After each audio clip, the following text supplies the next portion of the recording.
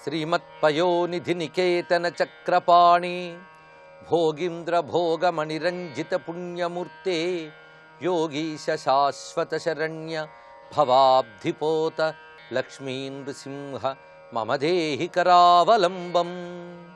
శివాయ గురవే నమః. శ్రీమాత్రే నమః. శ్రీ విష్ణురూపాయ నమః శివాయ. శ్రీ వెంకటేశాయ లక్ష్మీ నృసింహాయ నమో నమః. అన్నమయ్య నృసింహ భక్తి కీర్తనలు చెప్పుకుంటున్నాం.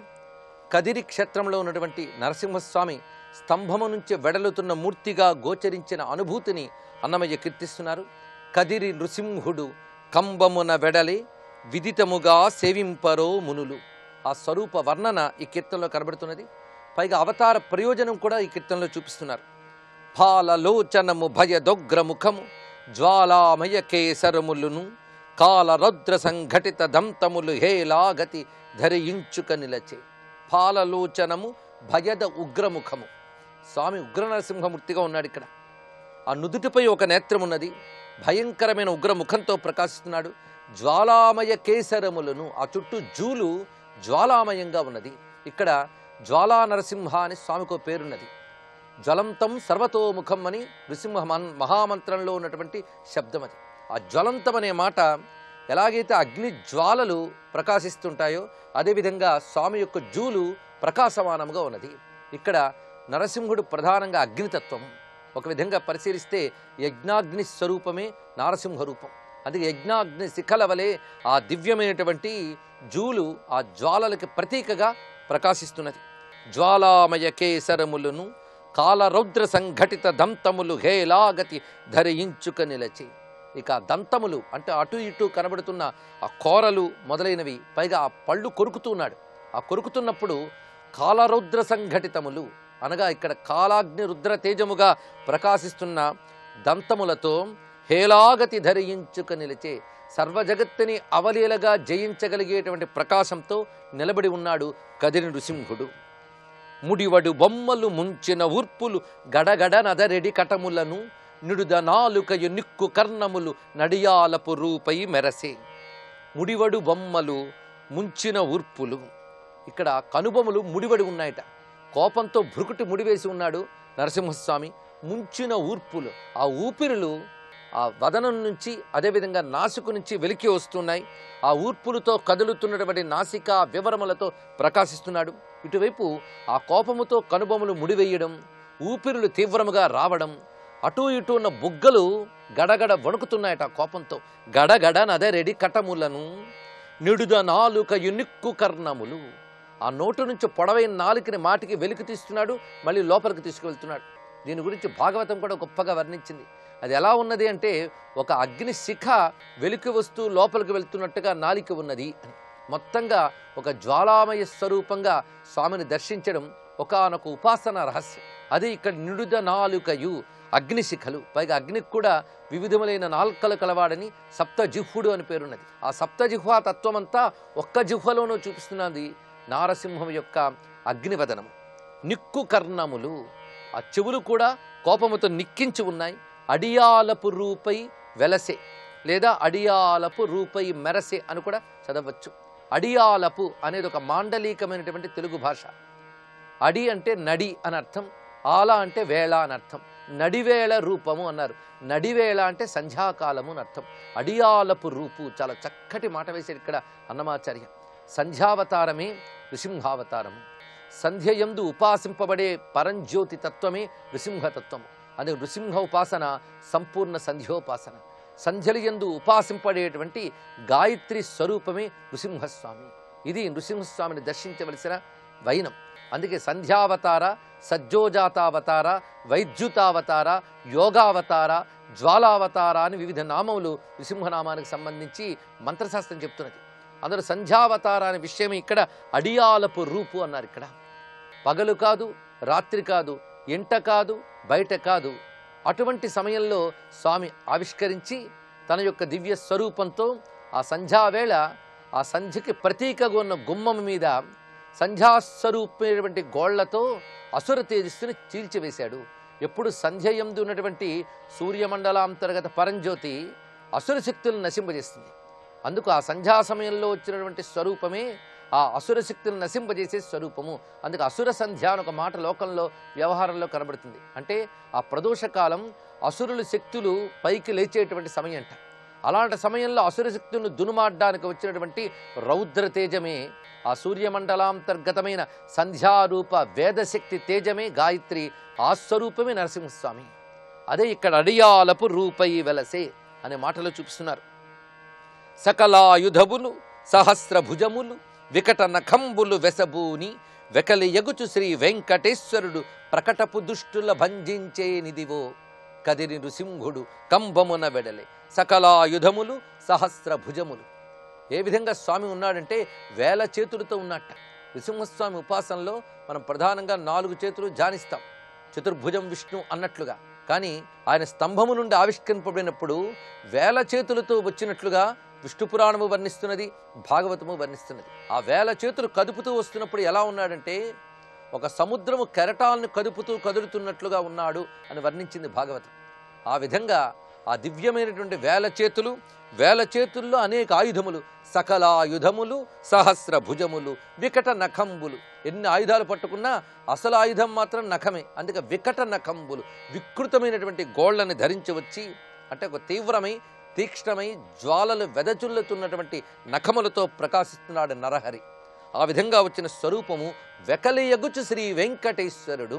ఆ కదిరి నృసింహుడు ఎవరో కాదు, ఆ వెంకటేశ్వరుడే అంటున్నాడు ఇక్కడ అన్నమయ్య. అందుకు వెకలియగుచు అంటే భయంకరమైన రూపముతో వస్తూ వెంకటేశ్వరుడు. ఆ భయం దేనికయ్యా అంటే ప్రకటపు దుష్టుల భంజించేనిదివు. ప్రకటింపబడిన దుష్టత్వాన్ని దుష్టులని సంహరించడానికే వచ్చిన భయంకర స్వరూపము. అంటే నృసింహ రూపము భయాలను భయపెట్టే అభయ స్వరూపము. ఇది తెలుసుకోవాల్సింది. లోకానికి భయం కలిగించేటువంటి దుష్టులకి భయం కలిగించే అభయస్వరూపమే నరసింహ రూపము. అందుకు సంధ్యావతారుడైన నృసింహస్వామి అసుర శక్తుల సంహారం కోసం ఆవిర్భవించినవాడు. అందుకు సంపూర్ణ ఆసురీ శక్తుల వినాశనానికై నృసింహస్వామిని ఉపాసించాలి. ఆసురీ శక్తులు అంటే లోకాన్ని బాధించేవి. అదేవిధంగా మన బుద్ధిలో పుడుతూ మన ఆత్మని బాధించేటువంటి ఏ దుష్టశక్తులు ఉన్నాయో వాటిని నశింపజేయమని నృసింహోపాసన చేయాలి.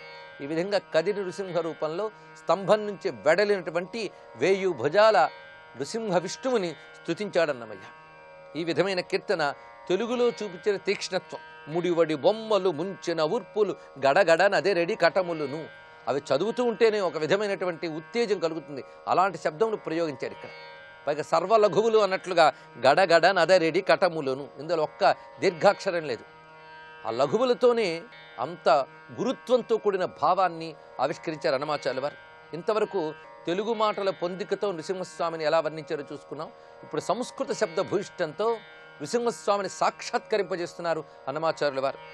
ఫాల నేత్రానల ప్రబల విద్యుల్లత కేళీ విహార లక్ష్మీనారసింహ. లక్ష్మీనారసింహ ఫాలనేత్రానల. ఇక్కడ కూడా మళ్ళీ ఫాలనేత్రం చూపిస్తున్నారు. ఇప్పటి వరకు చెప్పుకున్న 3 కీర్తనలో కూడా ఫాలనేత్రం వర్ణించబడి ఉన్నది. అంటే నృసింహ రూపంలో 3 కళ్ళు ఉంటాయి. 3 కళ్ళు ఉంటే నిజానికి రుద్రతేజం అనాలి. ఇప్పుడు ఈ రుద్రుడా లేక విష్ణువా? ఇది పరిశీలిస్తే అసలు విష్ణువే రుద్రుడు, రుద్రుడే విష్ణువు. అదొక విచిత్రమైన అంశం. అందుకే రుద్రమంతా చదివిన తర్వాత మృత్యుంజయ మంత్రములతో అభిషేకం చేసి నమో భగవతే రుద్రాయ విష్ణవే మృత్యుర్మే పాహి అని చివరికి చదువుతారు. ఇంకొక రహస్యం ఏంటంటే శైవంలో మృత్యుంజయ తత్వం ఎలాంటిదో వైష్ణవంలో నృసింహతత్వం అలాంటిదే. అందుకే మృత్యుంజయ మంత్రానికి ఎంత శక్తి ఉందో నృసింహ మంత్రానికి అంతే శక్తి ఉన్నది అని చెప్తారు. అందుకే మృత్యుం నమామ్యహం అనేటువంటి మంత్ర భాగాన్ని ఒక్కసారి మననం చేసుకున్నట్టయితే మృత్యుంజయ తత్వము అనగా సదాశివ రుద్రతత్వము నృసింహతత్వము కూడా ఒక్కటే. అందుకే వైష్ణవంలో రుద్రోపాసన నృసింహోపాసన. అందుకు మేము వైష్ణవులం శివోపాసన చేయం అన్నవాళ్ళు నృసింహోపాసన ద్వారా చేస్తున్న శివోపాసనే. అది తెలుసుకోవాల్సింది. ఇది లోతుగా ఆలోచిస్తే వేదాన్ని మంత్రశాస్త్రాన్ని సమ్మతిస్తే కనిపించే గొప్ప అంశం. ఒకచోట అన్నమయ్య చెప్తారు, నమక చమక హిత నరసింహ అని ఒక గొప్ప మాట వేశాడు ఇక్కడ. నమక చమక హిత నరసింహ. నమక చమకాలతో హితం కలిగించేవాడు, నమక చమకాలంటే చాలా హితంగా ప్రియంగా స్వీకరించేవాడు అని 2 అర్థాలు ప్రయోగించారు ఇక్కడ. నమక చమకాల్లో విస్తరింపబడినటువంటి రుద్రతత్వాన్ని నృసింహ స్వరూపం చెప్తున్నది. ఇప్పుడు ఇలాంటి సిద్ధాంతాలు చెప్పాలి అంటే అవి పుస్తకాలు చదివి వాదనలతో చెప్పే మాటలు కాదు, అనుభవంతో చెప్పే మాట. నరసింహస్వామి తత్వాన్ని ప్రత్యక్షం చేసుకుని అనుభవానికి తెచ్చుకున్న అన్నమయ్య తన అనుభవాన్ని యథాతథంగా కీర్తనల్లో చూపిస్తున్నాడు ఇక్కడ. అందుకే పాలనేత్రానల ప్రబల విద్యుల్లత, ఆ పాలనేత్రం కూడా అగ్నిమయంగా ప్రకాశిస్తున్నది. అందుకే ఇక్కడ ఆ పాలనేత్రం రుద్రతత్వాన్ని చెప్తున్నది. నృసింహ రూపాన్ని వర్ణిస్తూ లక్ష్మీ నృసింహ సహస్రనామ స్తోత్రంలో ఒక అద్భుతమైన విషయాన్ని ఆవిష్కరించింది శాస్త్రం. అది ఆనాభేర్ బ్రహ్మణో రూపం ఆగళాద్వైష్టవం వపు ఆశీర్షాద్ రుద్రరూపం తం తదగ్ర సర్వత శివం అన్నది ఇక్కడ. అంటే పాదముల నుంచి కటి వరకు బ్రహ్మరూపము, కటి నుంచి కంఠమ వరకు విష్ణు రూపము, అటు నుంచి శిరస్సు వరకు రుద్రరూపము, ఆ చుట్టూ ఉన్నటువంటి జ్వాలా ప్రకాశమంతా శివతేజము, సదాశివతేజము అని వర్ణించి చూపిస్తున్నారు ఇక్కడ. అంటే బ్రహ్మ విష్ణు రుద్ర త్రిమూర్త్యాత్మకమైన సదాశివ, ఇదన్నీ కలుపుకుని అద్భుతమైన నృసింహ రూపము. అనగా నృసింహోపాసన అంటే త్రిమూర్త్యుపాసన. అసలు పరమేశ్వరుడు అంటేనే బ్రహ్మ విష్ణు శివాత్మకం అని చూపిస్తారు. అదే నరసింహస్వామి అంటే బ్రహ్మ విష్ణు శివాత్మకుడైన పరబ్రహ్మ, సంపూర్ణ బ్రహ్మము. అందుకు నృసింహావతారం అంశావతారం కాదు, పూర్ణావతారము. వాసుదేవ బ్రహ్మమును ఉపాసించడం ఎలాంటిదో నారసింహ బ్రహ్మమును ఉపాసించడం అటువంటిదే. అందుకే పరిపూర్ణమైన మంత్రం నృసింహ మంత్రము, అజ్ఞాన నాశకమై మోక్షప్రదాయకమైన మంత్రం అది. అందుకే ఆ పాలనేత్రం జ్ఞాననేత్రం, అందు నుంచి వస్తున్న జ్వాల జ్ఞానప్రకాశమే. అందుకు పాలనేత్రానల ప్రబల విద్యుల్లత కేళీ విహార లక్ష్మీ నారసింహ. మొత్తంగా నృసింహుడు అగ్నితత్వం. అందులో పాలనేత్రం నుంచి అగ్ని మెరుపు తీగల్లా వస్తుందట. ఆ మెరుపు తీగల్లా పాలనేత్రం నుంచి అగ్ని వస్తూ ఉంటే తన చేతులతో తానే సవరిస్తూ వస్తున్నాడు.